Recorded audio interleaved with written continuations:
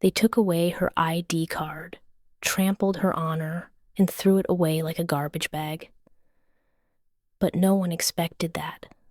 Only 5 minutes later, the millionaire who had just humiliated her would run out into the rain, kneel, and beg her to return. A cruel truth about a 15-year debt of gratitude, destroyed by his own hands, left the entire empire in silence.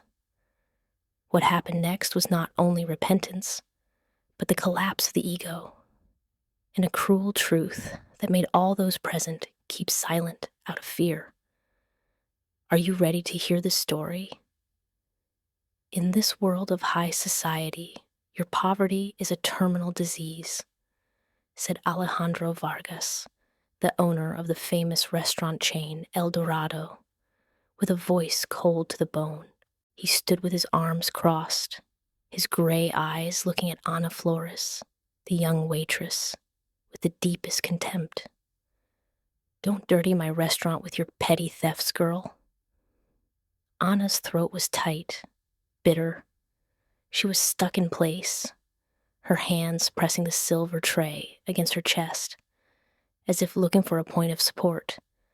But her whole body betrayed her, trembling uncontrollably. I didn't do it, sir, she managed to say, her voice choked by fear. I have worked here for 3 years. I know the rules. I have never taken anything that doesn't belong to me. 3 years or 30 years, it doesn't matter. Alejandro interrupted her abruptly, taking a step closer, closing the distance, using his height and his imposing aura to crush the young woman's will. He pointed with his long, slender finger at the messy banquet table. The important thing is that Mrs. Montalvo's diamond necklace, a regular client, a noble lady, disappeared right after you served the dessert. And your eyes, Mrs. Montalvo intervened, her face flushed with anger, the thick layer of makeup threatening to crack with every movement of her facial muscles, her eyes fixed on him. I saw the greed in your eyes from the beginning. A servant like you couldn't buy even the clasp of that necklace in her entire life. Ana shook her head, tears about to burst forth. It's not like that, ma'am. I was just checking if your wine glass needed refilling. That is my job. Your job is to serve, not to steal. Alejandro snatched the silver tray from Ana's hands, unexpectedly. The action was so fast and brutal that she didn't have time to react. Clang, the metallic and shrill sound upon hitting the table next to them, made the entire VIP room fall silent. The glass fragments shattered. Water splashed onto Ana's old shoes. Search her right here, ordered Alejandro with a cold voice and without a shred of emotion. He turned to Esteban Rios, the head of security at El Dorado. I don't want to hear any excuses from a person of low standing. 15 minutes earlier, Ana Flores was standing in a corner of the room, adjusting the collar of her immaculate white uniform in front of a small mirror in the staff area. She'd worked at El Dorado long enough to know the golden rule: be invisible, agile, and never make a mistake. Today was an important day. If the shift went well, she would receive a generous tip from the VIP party, enough to pay her tuition for the next month for the night classes she was taking. Through the large glass window overlooking Paseo de la Reforma, the lights of Mexico City shone like gems scattered over black velvet. But for Ana, that beauty was distant. She belonged to the world of crowded night buses, of the damp room and quick meals of dry bread. The voice of Don Mateo, the former director of the orphanage, now retired, echoed in her head like a reminder. Keep your dignity, Ana. That is the only thing the poor have that the rich cannot buy. Ana took a deep breath, smoothing the wrinkles of her red apron. She went out to serve table number 1, where the Montalvo family was dining with Alejandro Vargas, the big boss whom she rarely saw. Alejandro looked impeccable with his expensive custom-made suit, but his eyes were cold, without emotion. Ana felt a vague unease as she approached his table, a bad feeling about the storm that was approaching. And then the incident occurred. The necklace disappeared. Chaos erupted, and Ana became the center of all criticism, alone, among the wolves. 2 large security guards, led by Esteban Rios, approached Ana on Alejandro's order. They grabbed her thin arms, twisting them brutally behind her back, as if she were a dangerous criminal about to flee. "Don't touch me." Ana struggled weakly. Shame invaded her, and her face turned red. "I have the right to be respected. I am a human being." "Shut up," shouted Alejandro, his voice echoing through the luxurious room, drowning out the soft background music. "Silence is the only thing you can maintain right now. Maintain the posture of a guilty person." At that moment, Camila Sanchez, Ana's close friend and co-worker at El Dorado, appeared. Camila pushed her way through the crowd, pale and full of concern. She approached, pretending to hug Ana as if to console her. "Calm down, Ana," whispered Camila. Her voice was sweet, but her hand squeezed Ana's wrist painfully. Camila's eyes did not look at Ana, but quickly darted to the security team. A significant wink that only Esteban Rios saw. Ana looked at Camila, looking for the last lifeline. "Camila, you know I didn't do it. You were there with me. Testify for me." Camila looked away, avoiding Ana's pleading eyes. I don't know anything. I told you not to look at the customers' things." That answer was like a stab in Ana's heart, more painful than Alejandro's accusation. Loneliness invaded her, colder than the night wind. She realized she had been betrayed by the person she trusted most. Romantic stories often speak of friendship, but this was a truth too cruel. "Take her away," ordered Alejandro decisively, without looking at Ana once more, as if she were just a garbage bag that needed to be discarded. "Take her to the staff locker room, search everything, find the necklace. Or put her in jail. I don't care how she cries." Ana was dragged across the gleaming marble floor. The high society guests looked at her with contempt, murmuring, "Those poor people, you can't trust anyone."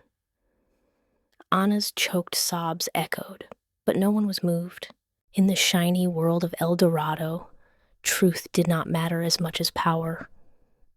And Ana, the little waitress with calloused hands, was about to lose everything, not just her job, but also her honor and her freedom. Before continuing, tell me where you are watching us from, and if the story of injustice outrages you, like this to support Ana. Tomorrow, a big surprise awaits you. Now let's get back to the story. The door to the VIP room slammed shut behind Ana, separating her from the light and pushing her into the darkness of injustice. But her nightmare was just beginning. The door to the staff locker room opened abruptly, hitting the concrete wall behind it hard with a dry thud. Esteban Rios pushed Ana inside. The shove was so strong that she stumbled, lost her balance, and fell face down on the cold tile floor. The smell of damp old clothes and cheap bleach hit her nose, in total contrast to the subtle fragrance of candles and fresh flowers in the VIP room just a few steps away. "Stay there," shouted Rios, pointing to the only plastic chair in the corner of the room. Alejandro entered right after. He stood in the doorway, arms crossed over his chest, his tall figure making the already narrow room unbearably suffocating. He said nothing. He only used his eyes, cold as razors, to scan every inch of Ana, as if he were evaluating a defective item. "Do it, Rios," ordered Alejandro briefly. "You don't miss anything. Turn out the pockets of the shirt, the pants, the shoes, the socks, everything." Ana shrank into the chair, her hands clutching her trembling shoulders. She felt like a small cornered animal, naked and with no way out. "Sir, please, sir," sobbed Ana, tears blurring her vision. "I have nothing to hide. Please don't humiliate me anymore." "Humiliation?" Alejandro mocked, a smile with no warmth whatsoever. "You chose humiliation the moment you decided to put your hand in a client's purse. Now shut up and endure." Rios approached Ana's personal locker, the rusty metal locker number 14. He slammed the door open. Inside there wasn't much. A worn leather bag, a half-empty water bottle, and the old fleece jacket she used to protect herself from the cold on the night bus trips. He took the bag, dumped it onto the floor. Ana's few personal belongings fell out. Some loose change, a used lip balm, a bunch of keys to the hostel. Nothing of value. "There is nothing in the bag, sir," reported Rios, lightly kicking the pile of things at his feet. Alejandro frowned. His patience was running out. The jacket. Rios reached for the old gray fleece jacket hanging in the locker. He felt every seam, every pocket. Suddenly, his rough hand stopped at the inside left pocket of the jacket. A triumphant smile appeared on his lips. Rios reached in and pulled out a small object.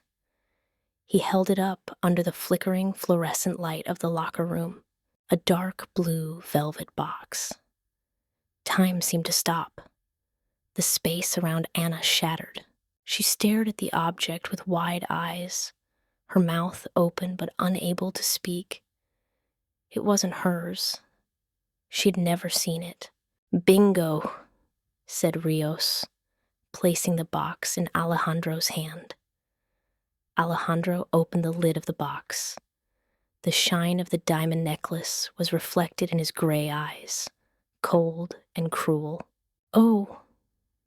Alejandro snapped the lid of the box shut.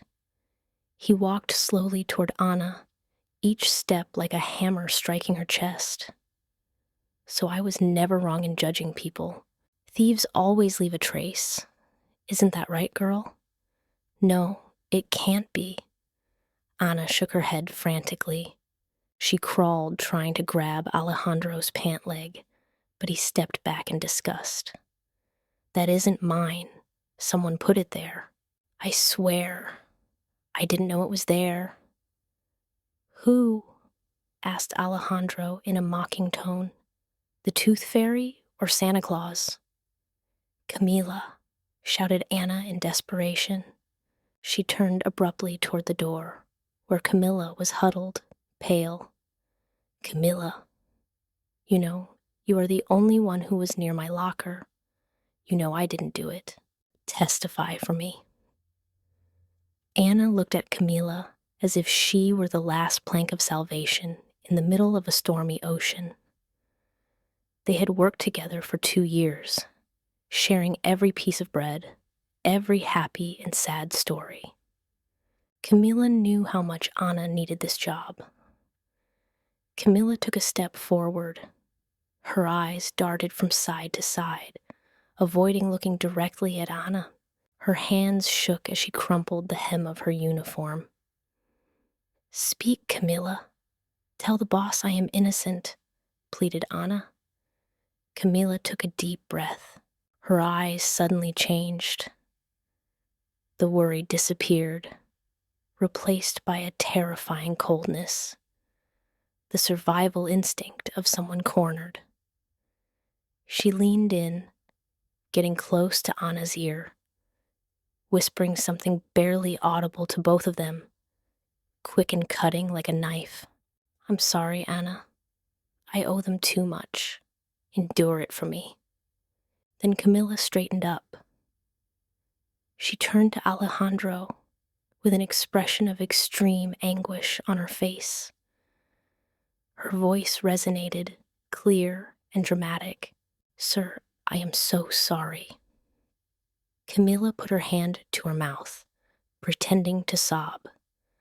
"I saw Ana. Lately, she was very needy. The landlord was going to throw her out, and her tuition wasn't paid. I saw her furtively looking at that purse. I advised her not to do something so risky, but she didn't listen to me." Ana's world crumbled. She sat on the floor, her hands limp. Camilla's lie was as perfect as it was cruel. It not only accused her, but also painted an undeniable motive for the crime. "Liar," Ana whispered, her voice breaking in her throat. "Why are you doing this to me?" Alejandro didn't need to hear any more. For him, the play was over. The witness, the evidence, the motive, everything was clear. Any small pity that once existed had now been completely replaced by contempt. He looked at Ana as if she were a filthy parasite clinging to his luxurious empire. "Did you hear that clearly?" said Alejandro, his voice deeper and more dangerous than ever. "You not only stole from a client, you also betrayed the trust of a friend and profaned this place." He took Ana's old fleece jacket, the proof of poverty he hated so much, and threw it at her with force. The jacket covered Ana's head, hiding her tear-soaked face. "Get out of here," shouted Alejandro, pointing to the door. "You're fired immediately. And consider yourself lucky that I don't put you in jail right now, because I don't want the police making more noise here." Ana took the jacket off her head. She looked at Alejandro, then at Camila. In the powerful man's eyes was the blindness of prejudice. In her best friend's eyes was the cowardice of a traitor. No one was on her side. "Get up," shouted Rios, grabbing Ana's arm and lifting her up. Alejandro turned around and walked out the door, adjusting his suit sleeve as if to shake off dust. But he stopped, without turning his head, and issued one last cruel order. "Don't take her out the back door. Take her out through the main lobby, so everyone sees the thief's face. That is a lesson for anyone who dares to touch the belongings of El Dorado's clients." The locker room door slammed open. The dazzling light of the hallway spilled in, bright and cruel. Ana was pushed forward, her steps faltering, toward the stage of public humiliation that awaited her. The double doors separating the kitchen area and the main lobby burst open. The bright crystal chandeliers on the high ceiling poured down light, dazzling and unforgiving, exposing Ana to hundreds of eyes. Esteban Rios had no mercy. He gripped Ana's arm tightly, dragging her down the main aisle carpeted in red velvet. Ana kept her head down. Her messy blonde hair fell over her swollen eyes, but it couldn't hide the trembling of her thin shoulders. The melodious piano music in the corner of the room suddenly felt out of place. The sound of silverware hitting porcelain plates diminished until it stopped completely. Silence spread quickly like a wave, starting at the tables closest to the aisle and spreading throughout the El Dorado restaurant hall. Alejandro walked right behind, hands in his pockets, head held high. He didn't look at the bewildered customers. His eyes were fixed on Anna's back. He wanted this moment to be a message. At El Dorado, perfection was absolute, and those who destroyed it would be eliminated without mercy. "Look," whispered a woman at table number 4, loud enough for Anna to hear. "Isn't that the girl who just served us?" "They say she stole," replied the man accompanying her, shaking his head in disapproval. "She looks so innocent, but she is very cunning. You really can't trust the staff." Anna bit her lips until they bled. Every step was torture. She felt as if she were being stripped naked, stoned in a medieval square. Those prying eyes didn't see her pain. They only saw an interesting play to discuss during their boring dinner.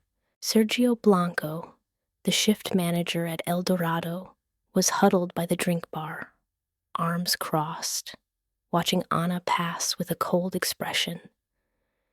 He had no intention of intervening.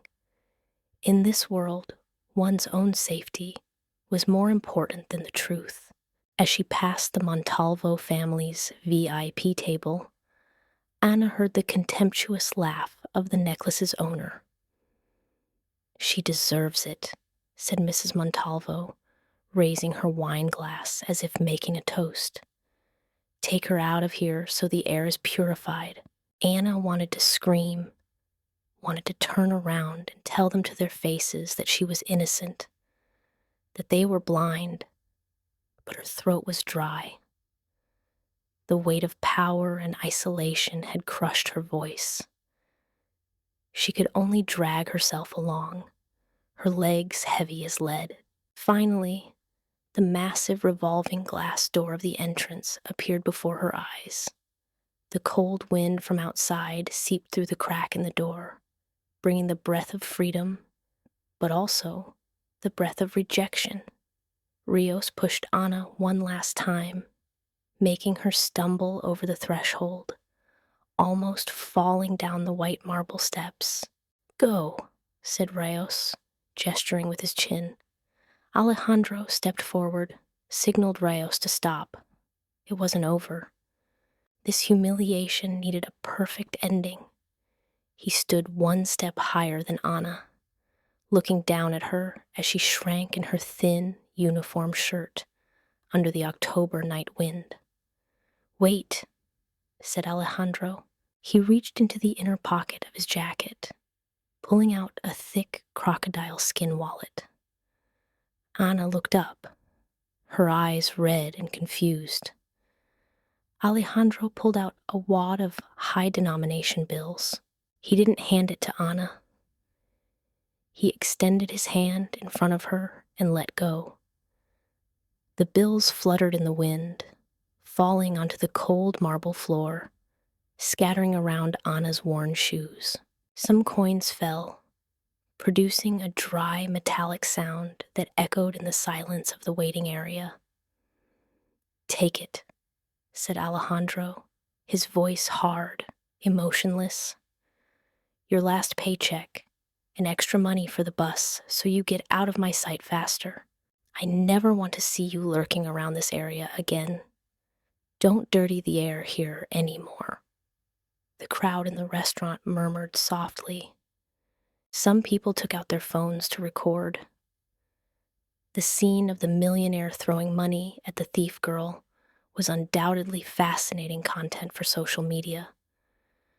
Anna stood motionless. She looked at the bills scattered on the ground. A 500 peso bill was flipped by the wind, getting caught on the tip of her shoe. It was money she needed so much. It was next month's rent. It was money for medicine. It was her survival.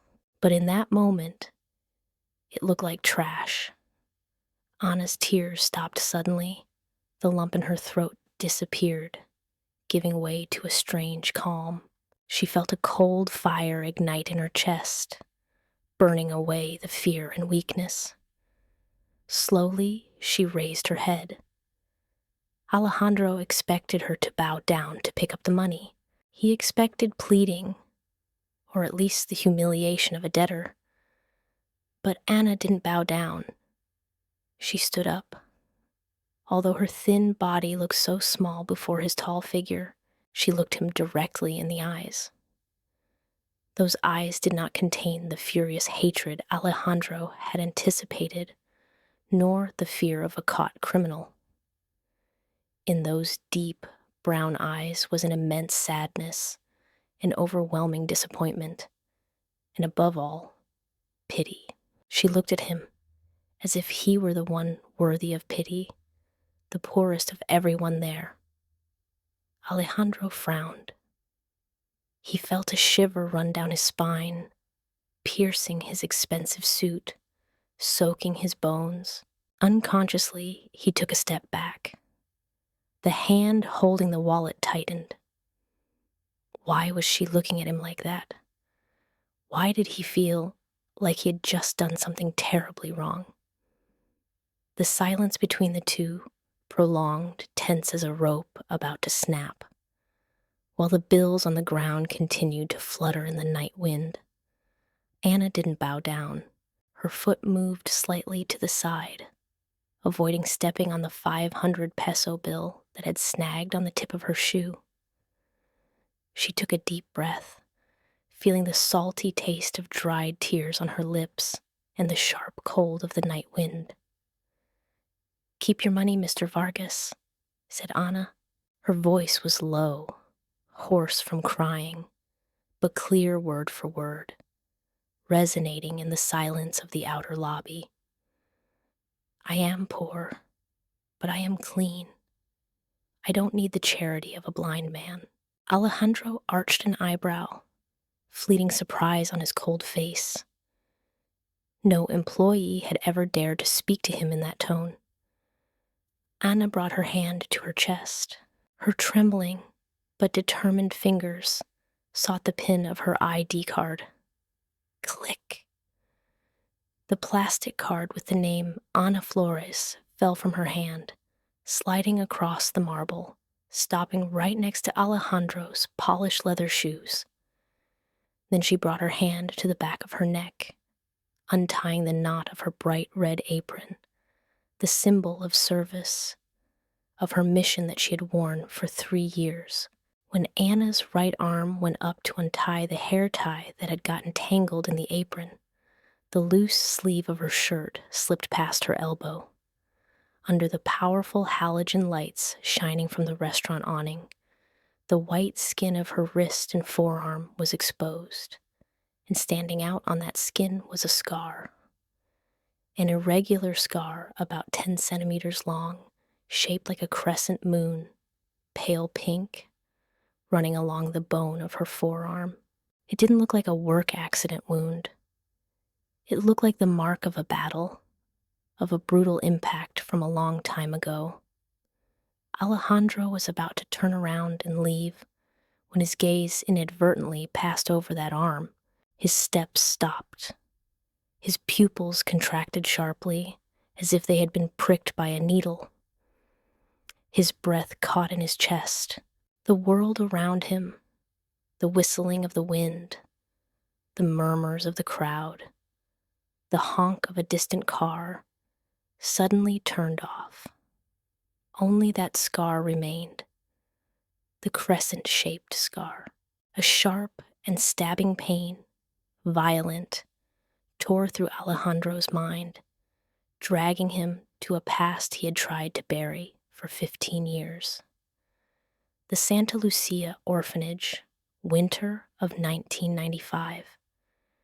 The smell of cheap disinfectant, the sound of rain falling on a rusty tin roof, a damp and muddy corner of the playground. Alex, the skinny 13-year-old boy, who was the Alejandro of his youth, was huddled in the corner of the wall. 3 older boys, strong as bulls, surrounded him with broken pieces of wood in their hands. "Where did you hide the bread, rat?" shouted the leader, brandishing the wood. Alex closed his eyes, waiting for the blow. He was too weak to defend himself. He was used to being beaten, but the blow never came. Boom. The sound of wood against flesh and bone was shrill. A scream resonated, but it wasn't Alex's. He opened his eyes. In front of him was a small figure, blonde hair tied back, messy, her old sweater torn in a large chunk on the right arm. It was Ana, the 10-year-old girl, the smallest of the group, but always the most stubborn. She was gripping her right arm tightly. Fresh blood welled up between her fingers, dripping onto the mud puddle at her feet. The piece of wood with rusty nails from the bully had torn her skin. "No, don't touch him," shouted Ana. Her voice trembled with pain, but it was determined. She turned to look at Alex, her big brown eyes full of tears, but still forcing a reassuring smile. "It's okay, Alex. I'm here. I will protect you." The memories rushed to him, vivid and cruel, to the point that Alejandro felt as if he had been slapped. He stumbled, having to lean on the marble column to stay standing. That arm, that scar, he had seen it hundreds of times in the nightmares of his adolescence. He had sworn to find that girl to repay his debt. And what had he just done? Had he called her a thief? Had he thrown money in her face? Had he humiliated her in front of a crowd? Had he thrown her into the street like a stray dog? No, Alejandro whispered, his voice broken, unable to utter a word. Every fiber of his chest seemed to tear apart. Guilt choked him completely. Ana had finished folding the apron. She placed it carefully on the outside reception counter next to her ID card. She had no idea of the storm raging in the heart of the man before her. She only noticed his strange stillness. She turned around, facing Alejandro for the last time. The night wind stirred her blonde hair, revealing a delicate but gaunt face. "You have money, Mr. Vargas," said Ana, her voice as light as a breeze, but every word like a nail striking his heart. "But you have no eyes to see people." With that said, she turned and walked away. Her small and thin figure merged quickly with the darkness of the great plaza, lonely and strong. Do you see it? The moment Alejandro saw the scar, the wall of ice surrounding his heart shattered. He had realized the horrible truth. But will he have the courage to run after her right then and there? Or will the pride of a millionaire hold him back? Try to guess what happens next in the comments. Alejandro remained rooted to the ground. His eyes were still fixed on the void where Ana had just disappeared. He wanted to call her by her name. He wanted to shout, "Sister Ana," the affectionate name he hadn't pronounced in 15 years. But his throat felt strangled. Only a dry sob remained. The pain of the past and the regret of the present mixed, forming a tsunami that drowned his reason. He felt as if he were sinking into a bottomless abyss of guilt. "Ah!" Alejandro suddenly let out a cry of pain, tearing through the silence of the night. He collapsed. His knees hit hard against the cold stone floor. His hands clutched his head. His fingers tangled in his perfectly combed hair, now messy. Every hair seemed to pull at him, dragging him into the madness of regret. Carlos Morales, the director of operations at El Dorado, Alejandro's right-hand man, had just arrived running, scared, to help him. "Boss, what's wrong with you? What's happening?" Alejandro raised his head. His gray eyes were bloodshot. He looked at Carlos, then at the darkness where Ana had disappeared. His voice hoarse, like the sound of a wounded animal. Every word tore at his chest. I had just killed my benefactor with my own indifference and blindness. I have caused her unforgivable harm. Carlos Morales looked at Alejandro in astonishment. He had never seen his calm and cold boss in such a pitiful state. Kneeling on the ground, gasping, his eyes wild like a madman's, remorse etched on every feature of his face. "Benefactor? What the hell are you talking about, boss?" Carlos asked, trying to help Alejandro up. Alejandro pushed Carlos's hand away. He stumbled as he got up, but his trembling legs forced him to lean on the glass wall. The image of Ana with the scar on her arm kept flickering before his eyes, superimposing itself on the memory of the brave 10-year-old girl. He felt like he was living a nightmare. It can't be. It could just be a coincidence. Maybe I was hallucinating from overwork. The world is big. There are thousands of people with similar scars. But deep in his heart, a voice screamed that it was true. He needed proof, irrefutable proof, a glimmer of hope to calm himself, or for the pain to be confirmed. "Security room," shouted Alejandro, and then shot off like a whirlwind, leaving Carlos stunned behind. He ran back into the restaurant, knocking over a waiter carrying a tray of wine, paying no attention to the astonishment of the other customers. The door to the staff locker room was still open. Inside was a mess. Ana's belongings, thrown by Esteban Rios across the floor. Old clothes, empty water bottles, a few cheap makeup items, reminded him of the difficult life she'd had to face. Alejandro lunged, kneeling on the dirty tile floor. He rummaged through the pile of clothes, his trembling hands searching for something, anything that could confirm or deny the fear squeezing his heart. Every second that passed was a stab tearing at his soul. His hand touched something hard and rough, a dark brown faux leather wallet, the outer layer peeling off in patches, revealing the inner fabric. It was lying under the chair where Ana had been crying moments before. Alejandro picked up the wallet. It was surprisingly light. A strange sense of familiarity ran down his back, like lightning striking his memory. He opened the wallet with trembling hands. It was empty. There was no money. There were no credit cards, only a few crumpled supermarket receipts and an expired library card and a small transparent compartment in the center of the wallet. Inside was a small black and white photograph, yellowed and worn at the four corners, carefully laminated with a rudimentary homemade method, probably using an iron and a plastic bag. Alejandro took out the photograph, bringing it close to his eyes under the flickering neon light.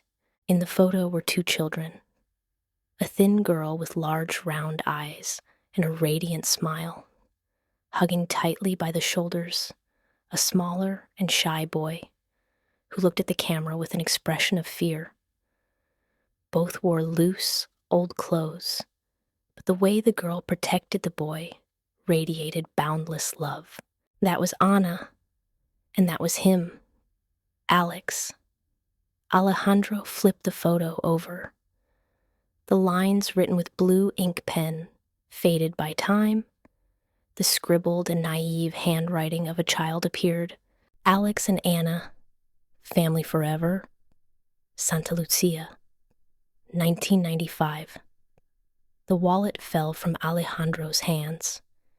He collapsed on the floor, his back leaning against the cold metal locker. Nausea rose in his throat.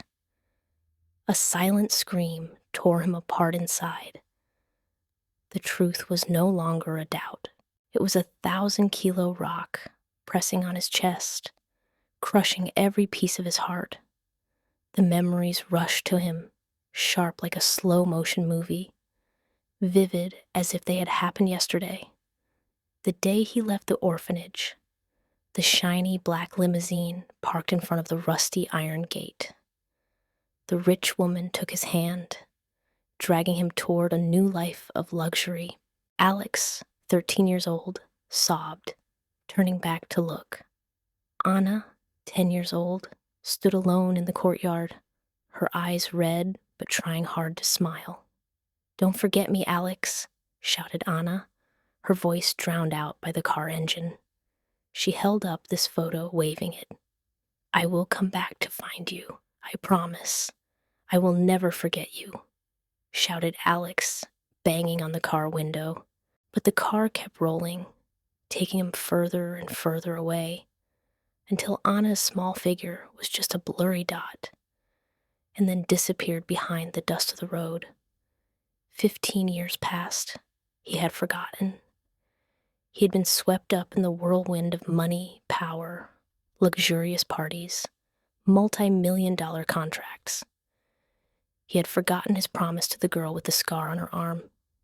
He had forgotten who he was, and today he saw her again.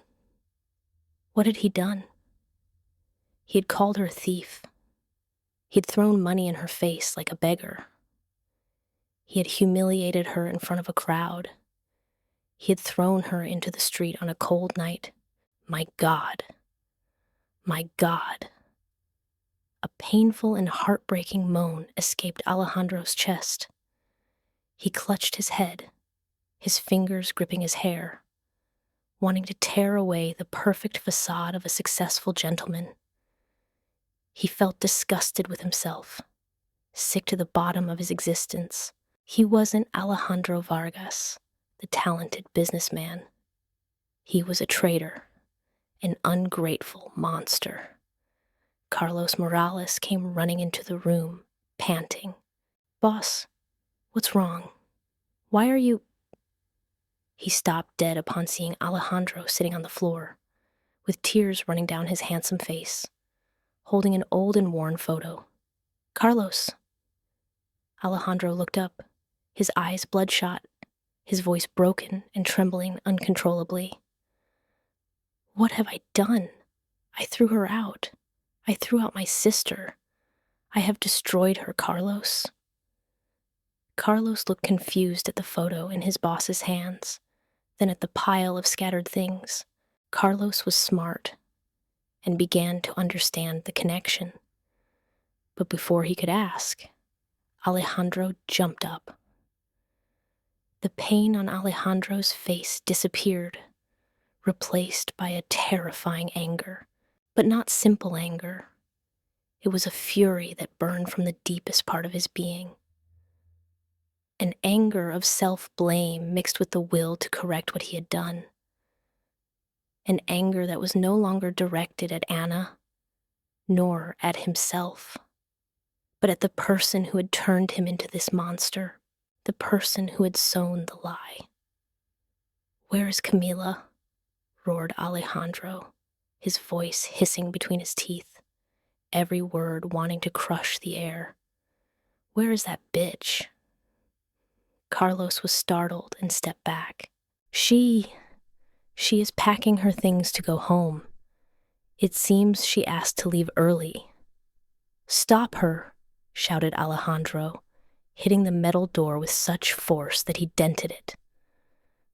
The metallic sound resonated shrilly, like an echo of despair. "Don't let her leave. Block the entire restaurant." Immediately he bent down, picked up the photo and the wallet, cleaned them carefully, and put them in the inside pocket of his jacket, right next to his racing heart. A heart that was now just a knot of pain. Then he ran out of the locker room, taking long strides toward the staff area. Each of his steps now carried the weight of punishment, of the will for atonement. He would make the traitor pay for every tear Ana had shed, for every pain she had had to endure. Alejandro burst open the door to the central control room, where the server system and surveillance screens for the entire El Dorado building were located.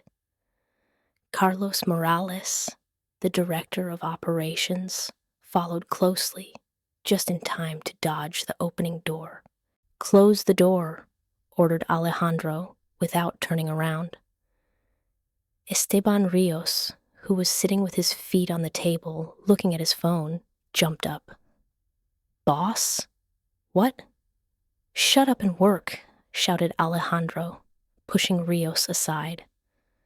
He lunged at the control panel, his bloodshot eyes fixed on the row of screens showing every corner of the restaurant.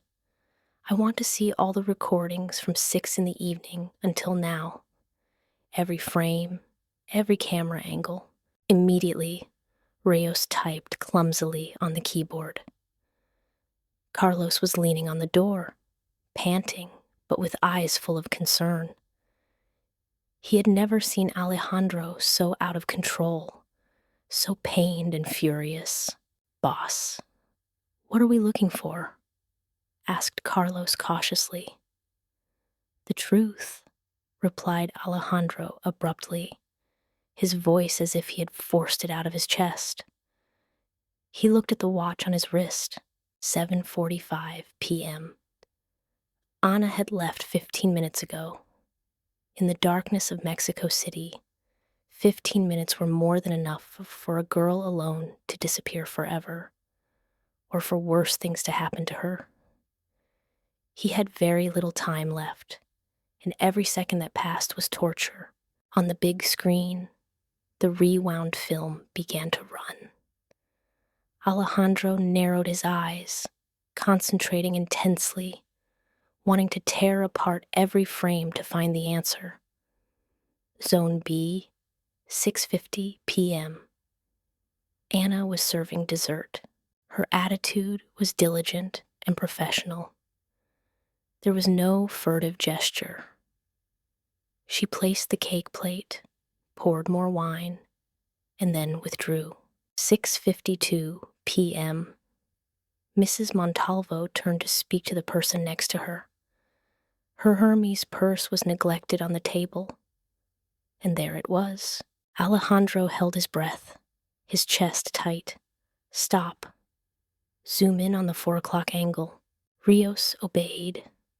The image was pixelated, but clear enough. Camila Sanchez. She wasn't serving that table.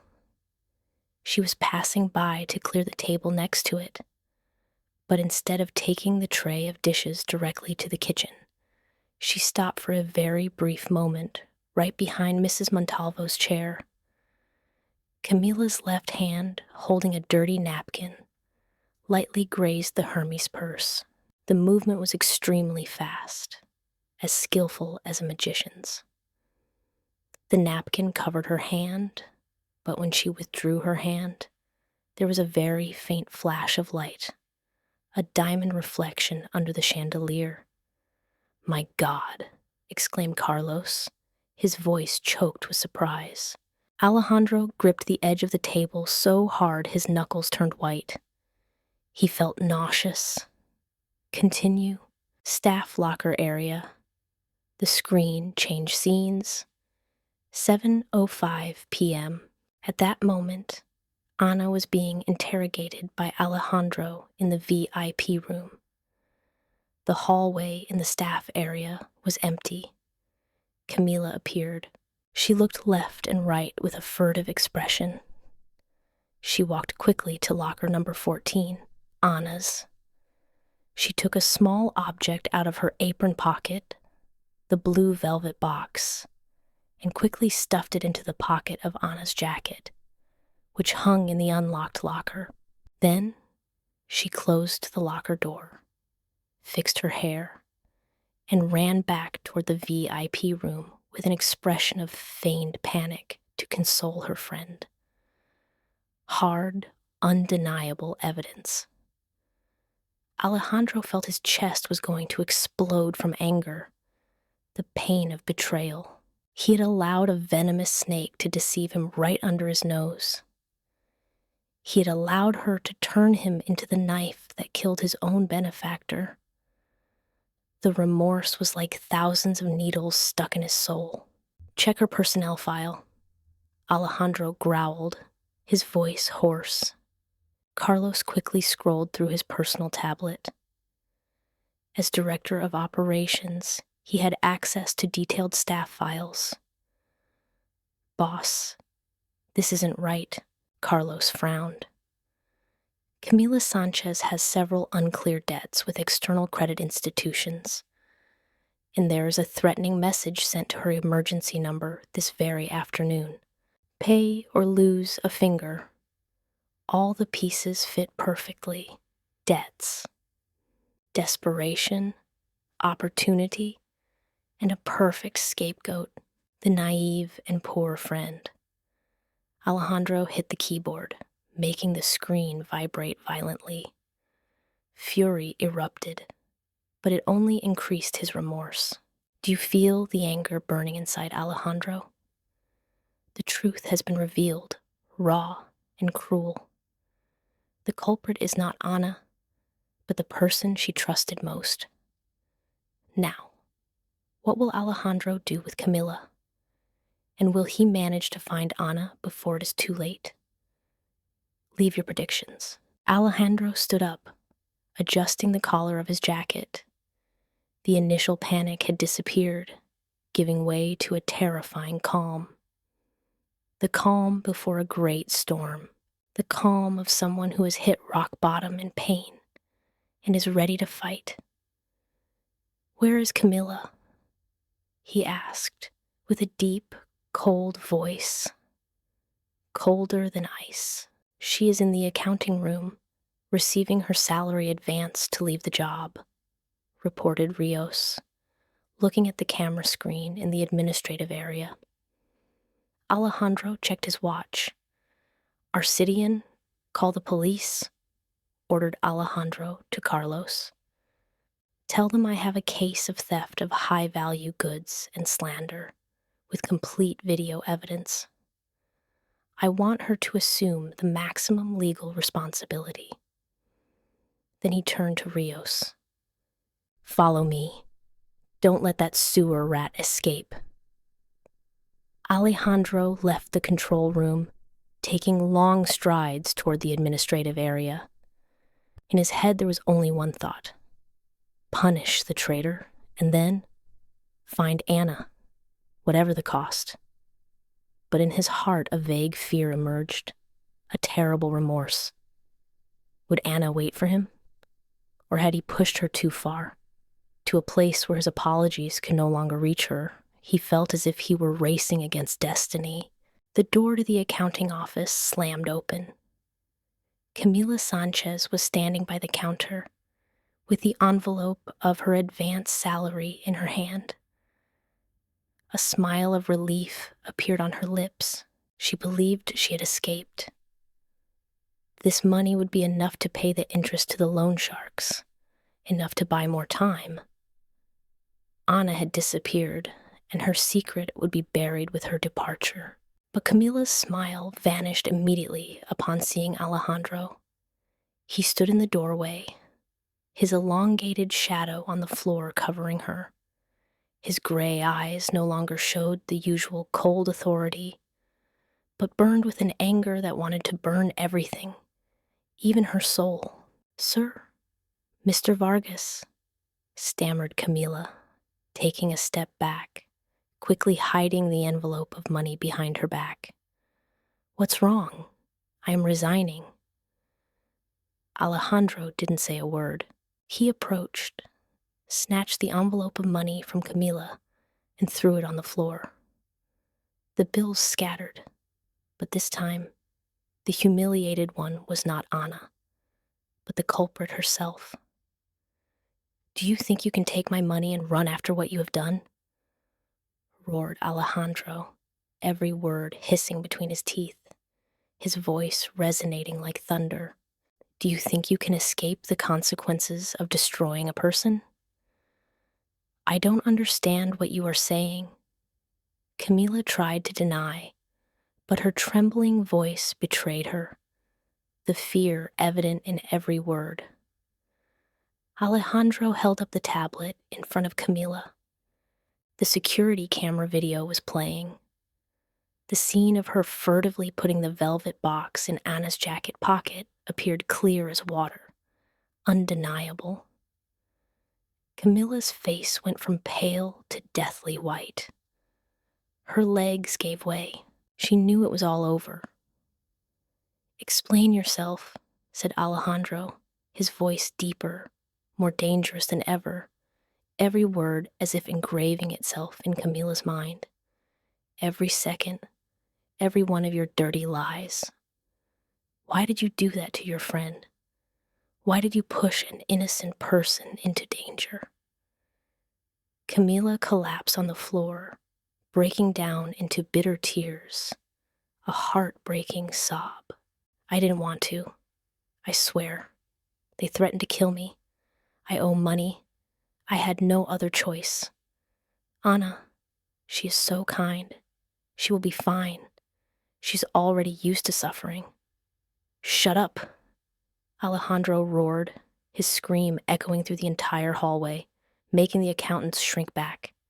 All eyes settled on Camila with contempt. That she is used to suffering doesn't give you the right to trample her? Do you know who she is? Do you know who you just hurt? You just destroyed a soul, a good person. He grabbed her by the collar of her shirt, shaking her.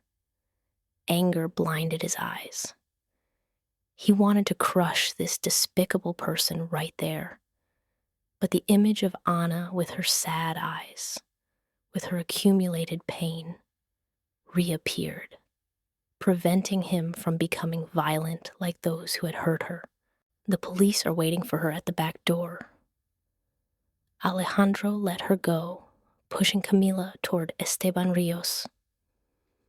"She will pay for every tear of Ana's. I will make sure she rots in jail for theft and slander. I will make her regret what she has done until the end of her existence." Rios handcuffed Camila. The metallic click sounded cold. She screamed, begging for forgiveness.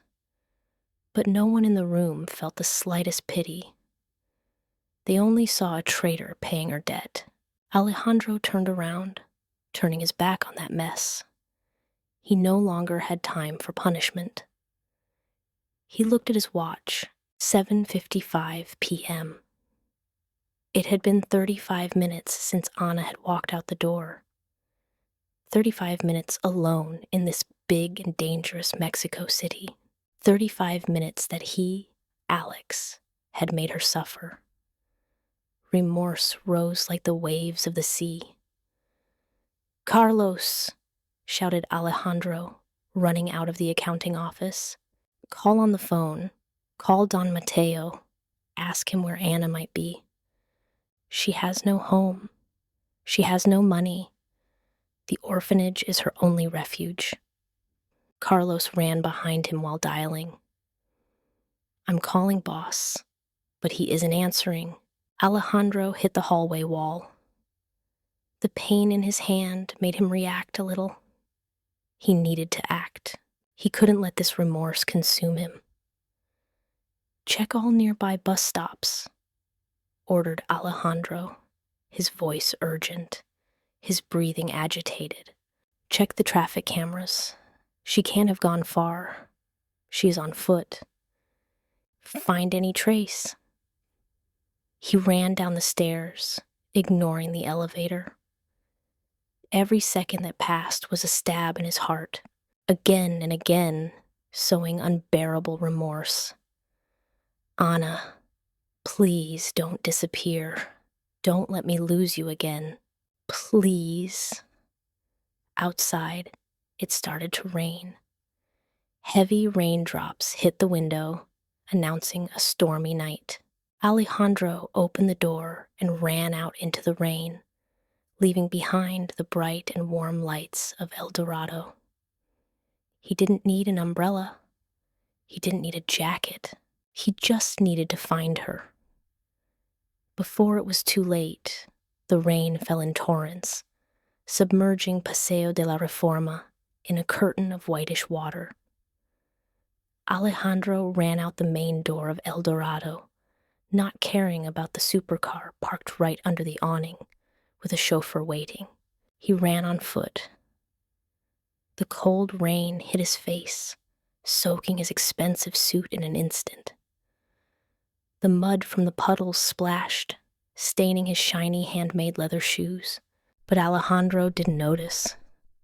All his senses were focused on a single goal. In his mind, there was only one image. Only desperation remained.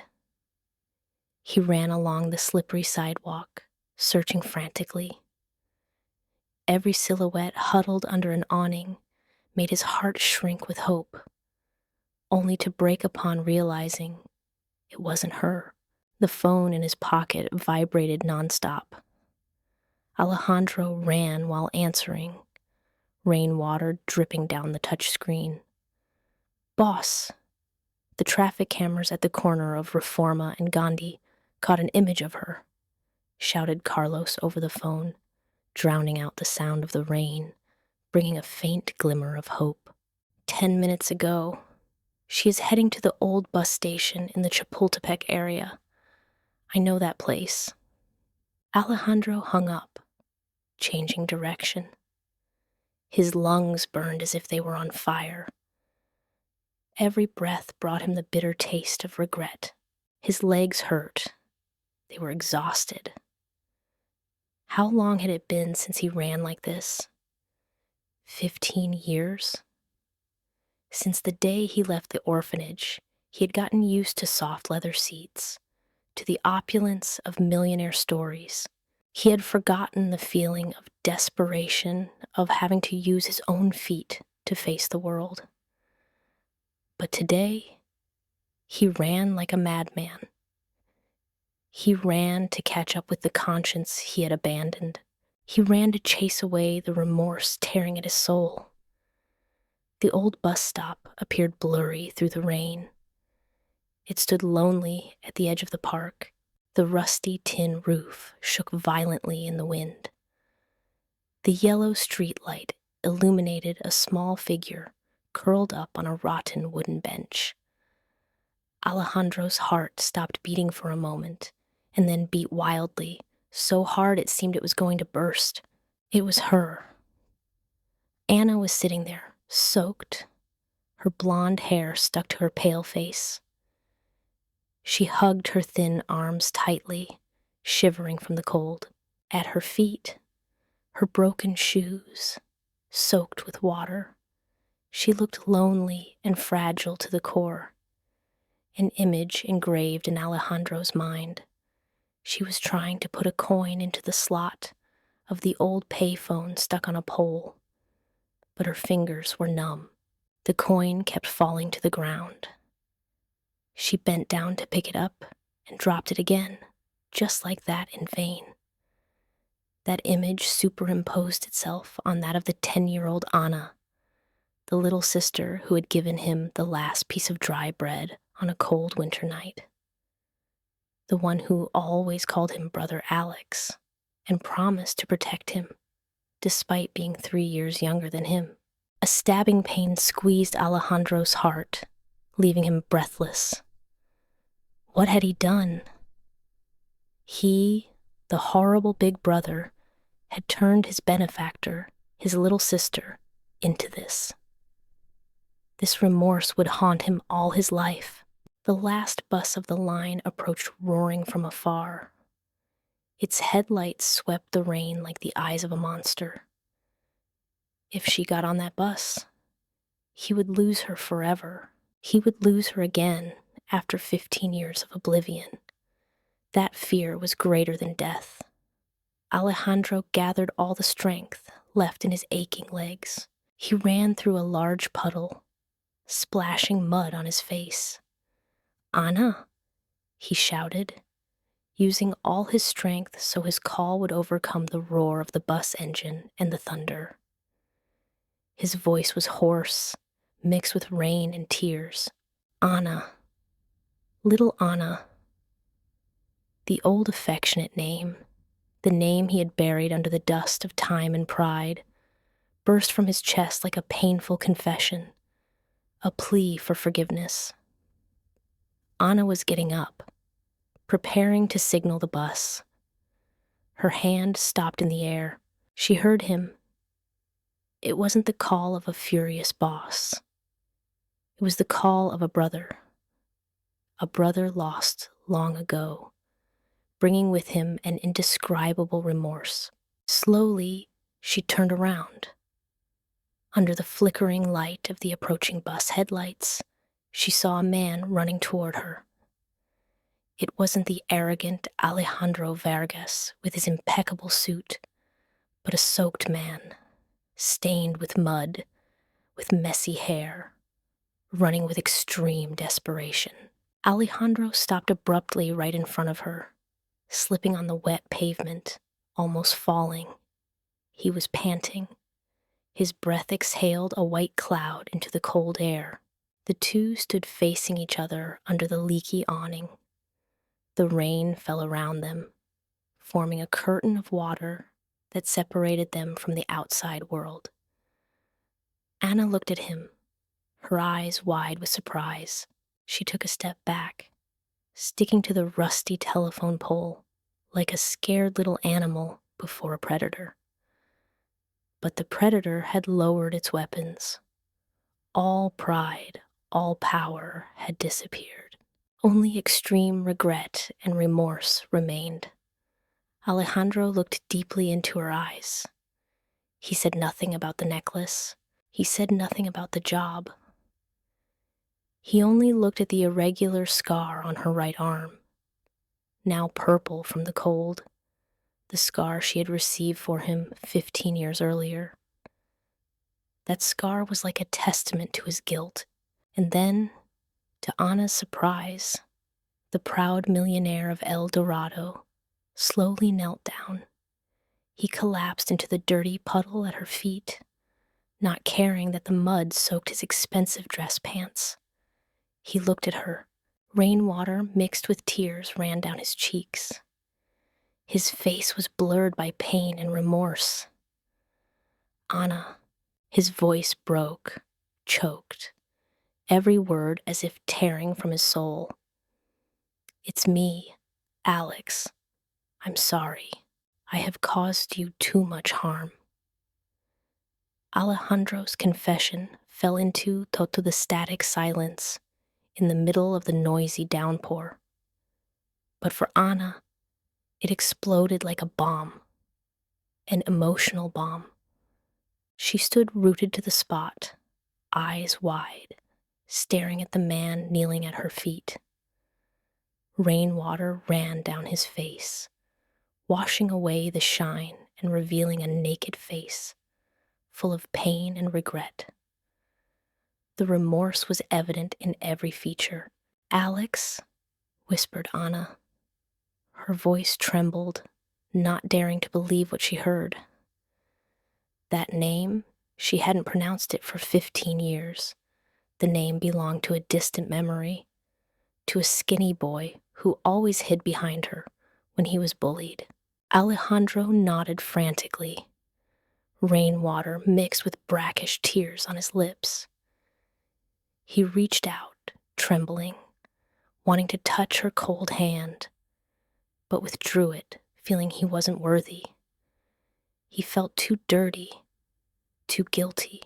"It's me," said Alejandro with a choked voice, every word as if he had repressed it from the deepest part of his being. "I'm sorry, little Ana. I'm sorry for having forgotten you. I'm sorry for not having recognized you sooner. I'm sorry for everything I did today. I humiliated you. I discarded you. I made you suffer so much. I deserve to suffer this remorse forever."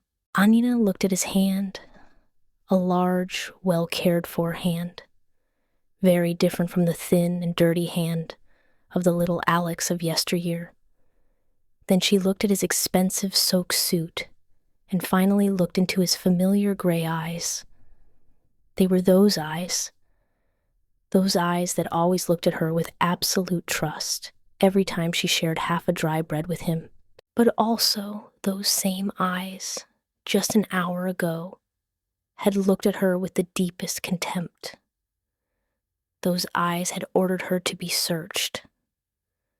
Those eyes had witnessed how she was humiliated and thrown out like a stray dog. That pain was aggravated, tormenting Anna's soul. A shiver ran down Anna's back.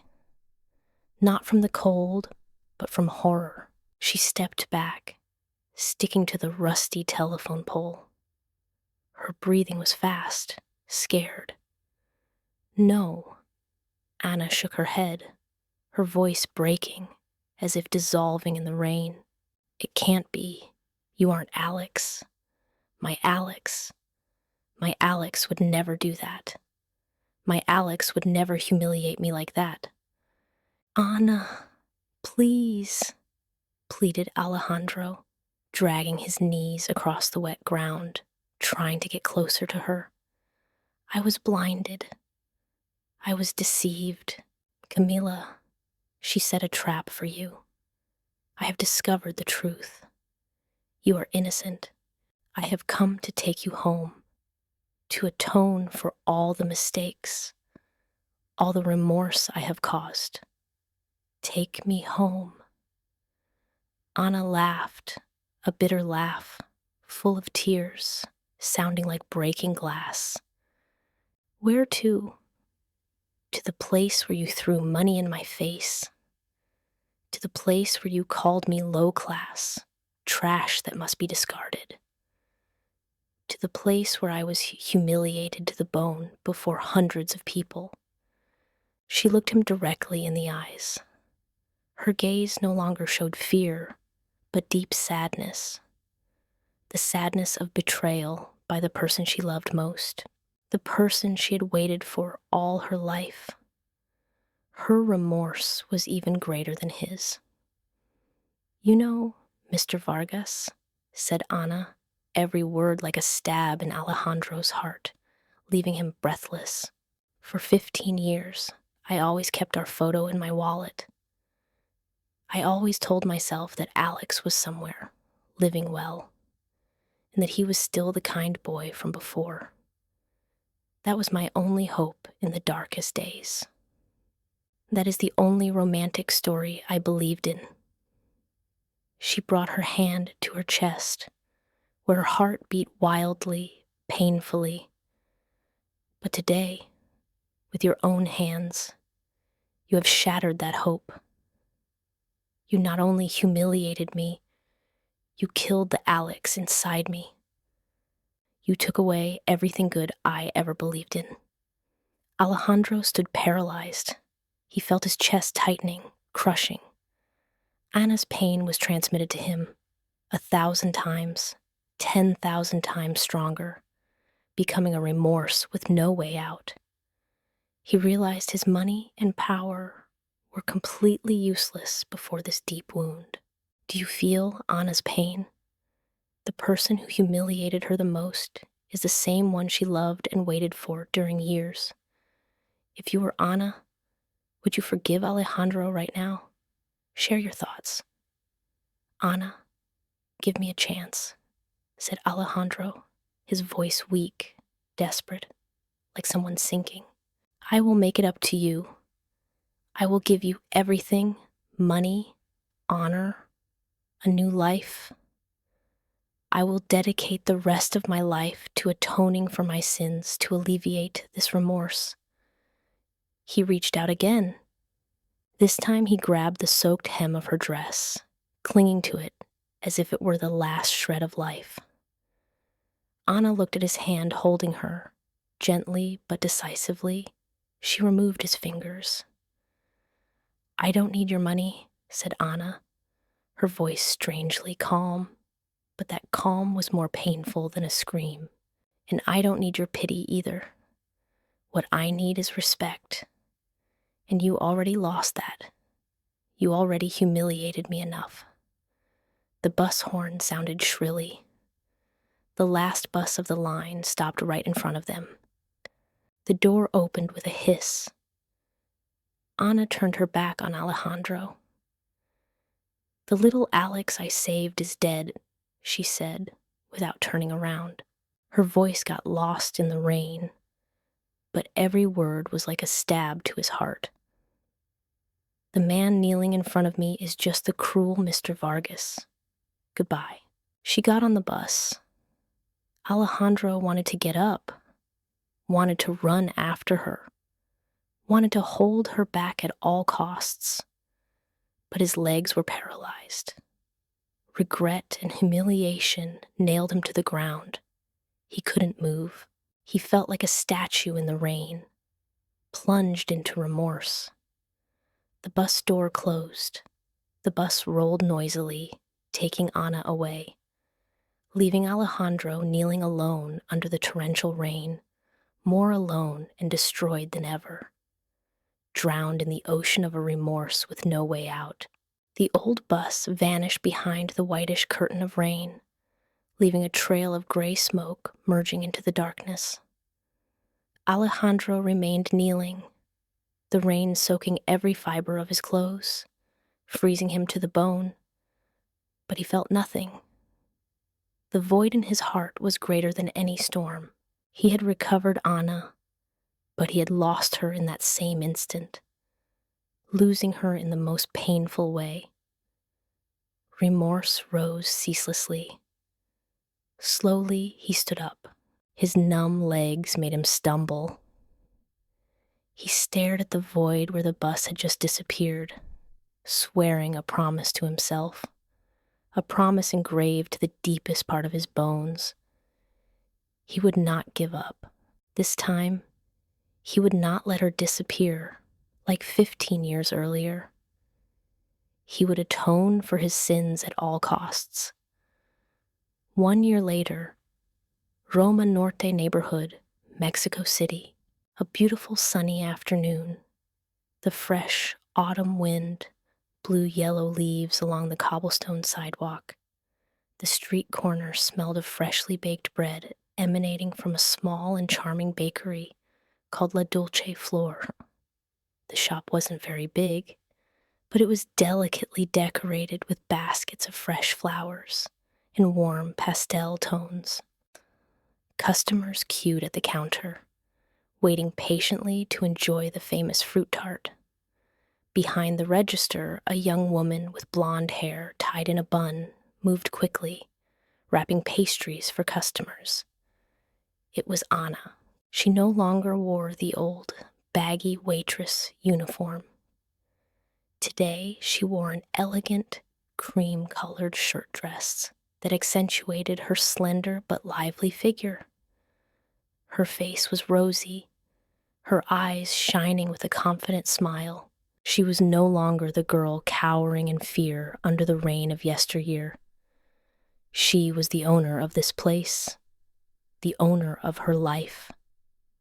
The doorbell tinkled. A man entered. He was tall, dressed in a gray turtleneck sweater and simple jeans, very different from the expensive suits she used to see in business magazines. He didn't come with bodyguards. There was no noise. He stood silently at the end of the line.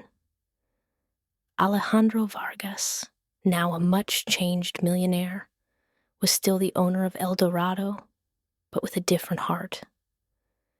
During the last year, he had kept his silent promise. He didn't appear suddenly to disrupt Anna's life. He supported her discreetly through an anonymous startup investment fund, ensuring she had enough capital to open the bakery of her dreams without feeling indebted. He had also transformed El Dorado, turning it into the place that respected its employees most in the city, and had established the Santa Lucia Charity Foundation to sponsor hundreds of orphaned children.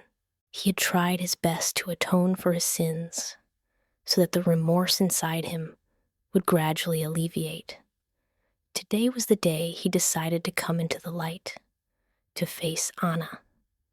The line got shorter. Finally, Alejandro stood in front of the counter.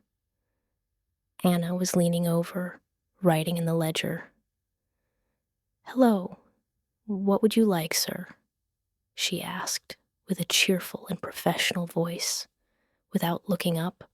"I want a strawberry tart," said Alejandro, his voice deep and familiar, with a slight tremor of nervousness and a belated apology. "If you accept it." Ana's hand, holding the pen, stopped. Slowly she raised her head. Her large brown eyes met his gray eyes. Time seemed to stop in the small bakery. The aroma of vanilla and strawberry seemed to become sweeter. Ana looked at him. She didn't see the arrogant Mr. Vargas. She saw Alex, the brother who had once been lost but had now found his way back. The sincerity and regret, the remorse in his eyes, were clearer than any words. The pain of yesteryear was still there, like the scar on her arm, but it no longer bled. It had healed, becoming part of who she was, reminding her of her own strength. A soft and slow smile appeared on Ana's lips. It wasn't a social smile, but a smile of forgiveness and peace. "There are no strawberry tarts left," said Ana, her voice with a touch of mischief. She closed the book, came out from behind the counter.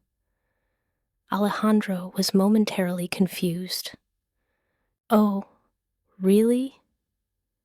Ana approached the small table in the window corner, where there were 2 cups of steaming coffee she had just prepared for herself. She pulled out a chair and sat down, pointing to the chair opposite. "But there is still coffee left," she said, looking at him with warm eyes. "This time, it's on me. Do you want to have it with me, Alex?" Alejandro stood motionless for a second. Then a radiant smile lit up his face, erasing all the melancholy of the last year, partially alleviating the remorse eating away at him. He approached, pulled out the chair, and sat across from her. There was no longer a distance between boss and employee. There were no longer rich and poor, just 2 equal people, 2 souls who had passed through the storm to find each other again. "Thank you," said Alejandro softly, taking the cup of coffee, his hand trembling slightly. "Thank you, little Ana." Outside the window, the bright afternoon sunlight illuminated the sign of La Dulce Flor, and the 2 of them announcing a new beginning, complete and full of hope. Ana and Alejandro's story could end here, but its echo does not, because the most disturbing thing does not lie in the revelation of the traitor, but in the silent question that underlies it. We are using wealth to value human dignity, and poverty to presume guilt. Ana's tragedy was not born of material deprivation. It was born of the indifference of power, of the habit of listening to the one with more status, instead of the one who tells the truth. When society assumes that poverty goes hand in hand with greed, injustice is legitimized with those same prejudices. Alejandro Vargas learned the most expensive lesson of his life. Money can buy service, but not forgiveness. And understanding, if it arrives late, always comes accompanied by ceaseless remorse every time one looks at the scar of the past. As for Ana's, she didn't need to stand on a podium of honor to prove her worth. She only needed to turn her back in time on the humiliation of money, because there are victories that are not measured by ovations, but by the fact that you do not allow the world to break your dignity, even when your hands are empty. If you were in Anna's situation between hunger and humiliation, would you bow down to pick up the bills or walk away with a proud heart? If you support her spirit, leave a comment. I choose self-respect so that together we spread the power of self-respect. Although this is a fictional story, what reflects prejudices, humiliation, and redemption is very real and could be happening somewhere around you. This story reminds us that kindness is not something to compete for, and justice only has true meaning when those with power dare to listen with their hearts. Rate this story from 0 to 10. And don't forget to share with us. Have you ever had to fight to maintain your identity in the face of others' imposition? Thank you for accompanying Ana and Alejandro on this emotional journey. The story reminds us that human dignity cannot be stolen, and kindness, although sometimes forgotten, will always find a way to resurface.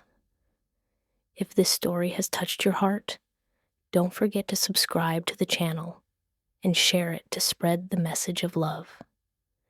See you in the next stories. See you in Stories with Magic, where every story is a reminder that the truth can be obscured by glitter, but the truth never disappears.